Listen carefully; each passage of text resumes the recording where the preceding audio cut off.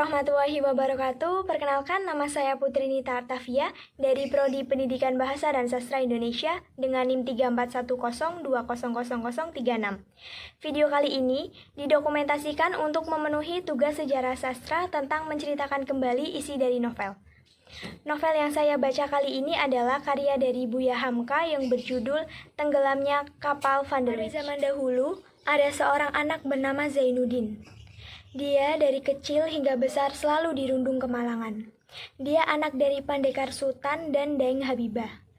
Zainuddin adalah seorang keturunan Minang Makassar.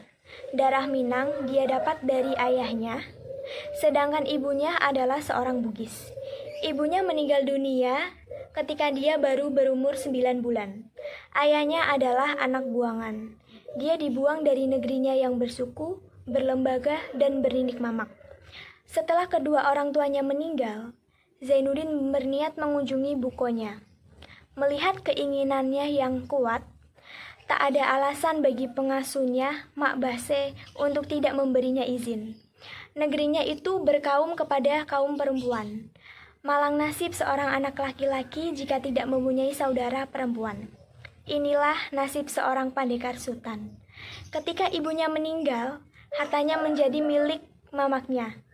Hidupnya jadi terlantar karena mamaknya Datuk Mantari Lapih adalah seorang yang serakah dan tidak adil. Sangat penasaran dengan keindahan negeri ayahnya. Ia pun memutuskan untuk pergi merantau ke negeri ayahnya. Dengan berat hati, Mak Base melepaskannya. Sampai di Padang, Zainuddin langsung menuju ke negeri Batipuh. Sesampainya di sana, ia sangat gembira.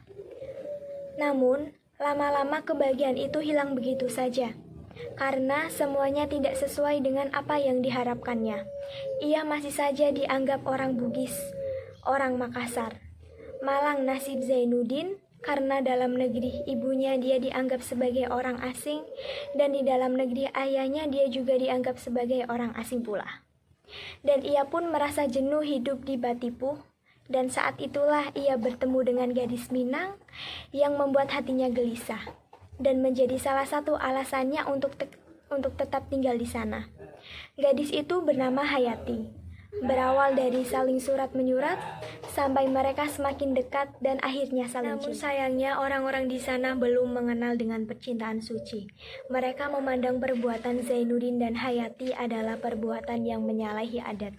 Para kaum wanita yang belum menikah sangat marah dengan Hayati karena merasa direndahkan dan dipermalukan derajatnya seakan-akan kampung tak berpenjaga. Terlebih-lebih persukuan Hayati yang merasa dihinakan. Kabar kedekatan mereka tersiar luas menjadi bahan gunjingan semua warga. Keluarga Hayati merupakan keturunan terpandang.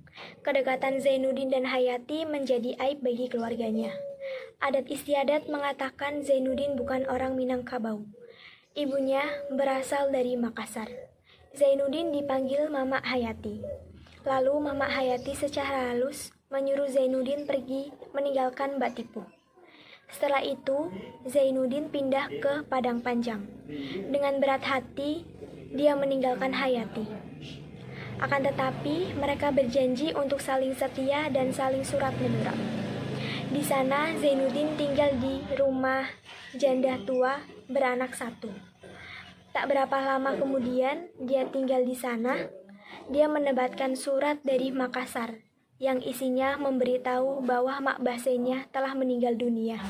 Dan di dalam surat tersebut terdapat uang sebesar 3.000 rupiah, yaitu uang ayahnya untuknya yang disimpan oleh Mak Base. Suatu hari, Hayati pergi ke Padang Panjang untuk melihat acara pacuan kuda.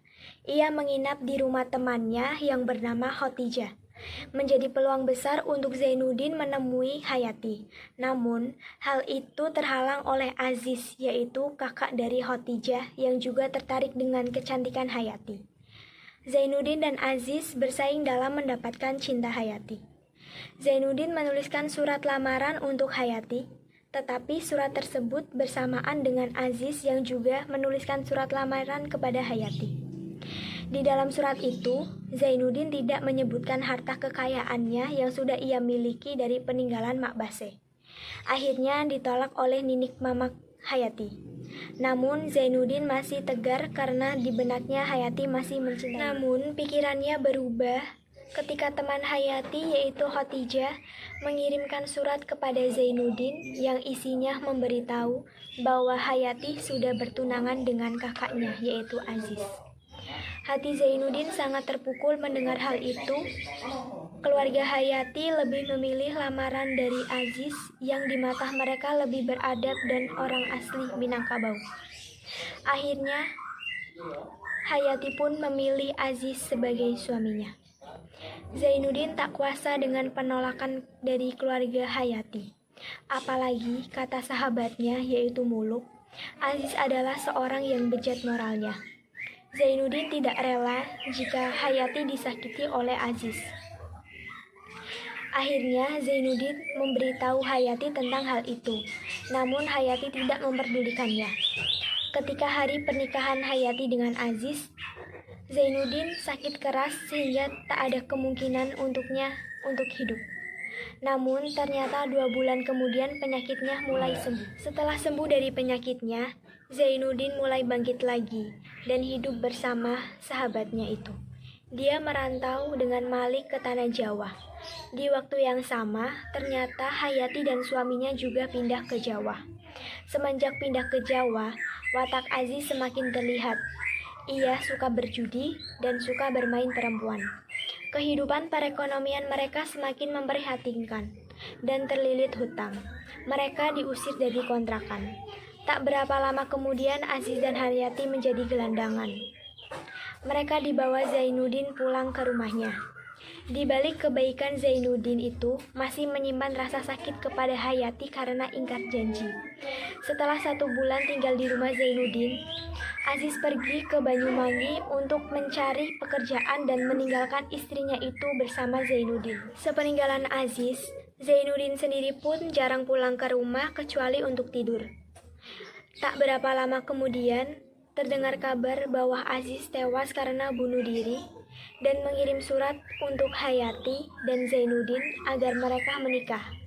Namun karena emosi dan sakit hati, Zainuddin menolak dan memilih memulangkan Hayati ke kampungnya. Esok harinya, Hayati pulang dengan menumpang kapal Van der Wijk.